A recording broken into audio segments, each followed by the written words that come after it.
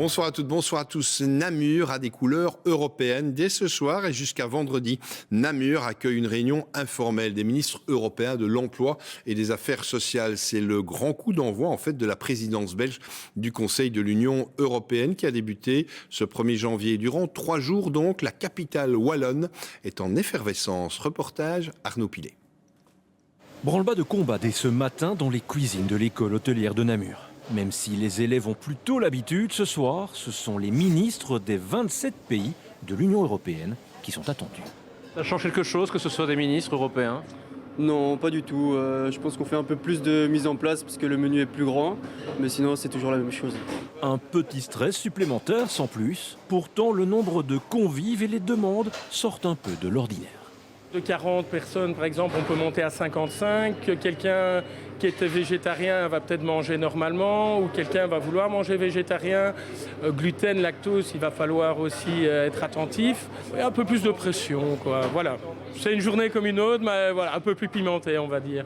Dans la salle, les tables sont prêtes, mais il faut s'adapter constamment.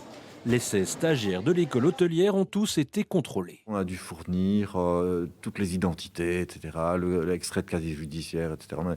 Ça a été très poussé parce que ce ne sont pas eux des salariés du service public, donc il fallait qu'on puisse contrôler cette donnée-là. En ville, certaines places sont bouclées pour des visites. La sécurité dans et autour de Namur Expo, où se dérouleront les discussions, a été renforcée. Pourtant, l'objectif est de rester le plus discret possible. Certaines zones de certains endroits sont sécurisées sans pour autant fermer et faire des périmètres complètement excessifs. La volonté, c'était de ne pas paralyser. Et on ne paralysera pas Namur, on a beaucoup travaillé avec la police pour cela. 17h, les chiens et la police viennent contrôler les lieux. Namur vivra à l'heure et aux couleurs européennes jusqu'à vendredi.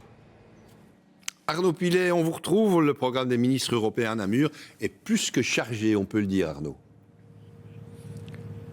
Oui, les ministres de l'Emploi, des Affaires sociales européens ont du pain sur la planche, on peut le dire. Il y a pas mal de sujets à aborder, dont notamment l'accès à la protection sociale pour les citoyens européens, les salaires, aussi les conditions de travail ou encore les pénuries sur le marché de l'emploi à l'échelle européenne. Toutes ces matières qui ont lien avec l'Europe sociale, un peu considérée comme le parent pauvre dans l'Union, davantage focalisée sur l'économie, la libre circulation des personnes, les politiques environnementales, les politiques agricoles. Eh bien, pendant 2 jours, ici, le focus sera sur ces matières sociales pour ces réunions informelles, qui ne sont pas que informelles parce qu'il y a des législations européennes qui naissent lors de ces réunions. Mais évidemment, informel dit aussi quelques moments un peu plus de détente, de découverte. Pendant l'après-midi, eh bien, les ministres et leurs délégations ont découvert les échasseurs namurois, ils ont découvert un négociant en vin bien connu dans le centre-ville et ils sont montés ici pour le repas du soir au château de Namur en téléphérique pour découvrir Namur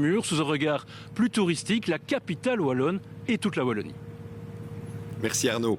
Comme je vous le disais donc, la Belgique vient de prendre la présidence de l'Union européenne pour une période de 6 mois, une présidence qui sera forcément scrutée par toute la presse internationale.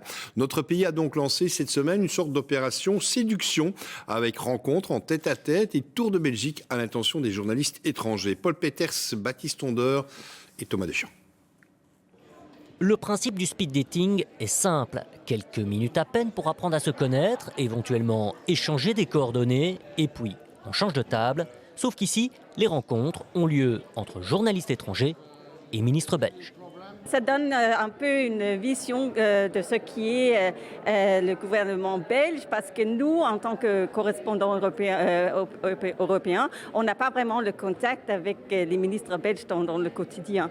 Donc ça a été très utile. Et la presse au niveau européen, ce sont 27 pays, donc 27 presses spécifiques. Et donc aujourd'hui, nous sommes à la rencontre des journalistes italiens, espagnols, français, de tous les pays pour leur partager nos préoccupations.